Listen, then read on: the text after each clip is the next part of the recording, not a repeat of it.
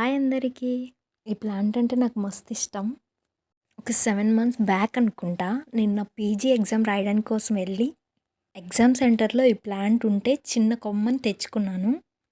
First దీన్ని వాటర్‌లో పెట్టి తర్వాత సాయిల్‌లో పెట్టాను. అప్పుడప్పుడే వాటర్ ఇస్తుండే చూడండి వేర్లు బయటకొచ్చేలా ఎలా పెరిగిందో. దీనికిప్పుడు సాయిల్ చేంజ్ చేస్తున్నాను. వేర్లు కూడా ట్రిమ్ చేసి ఈ ప్లాంట్‌ని కట్ చేసి 2, 3 ప్లాంట్స్‌గా మారుద్దాం అనుకుంటున్నాను. చూసారా వేర్లు ఎంత బాగా వచ్చాయో. ప్లేస్ సరిపోలేదు పాపం వాటికి. వేర్ల నుంచి మట్టంతా సెపరేట్ చేసేసి మెయిన్ రూట్ నుంచేసి మిగతావన్నీ కట్ చేద్దాం. మనం వేరే ప్లాంట్‌గా వాటర్‌లో కానీ, సాయిల్‌లో కానీ పెట్టుకోవాలంటే నాడ్స్ ఉన్నాయి కదా! అక్కడ కట్ చేసుకోవాలి.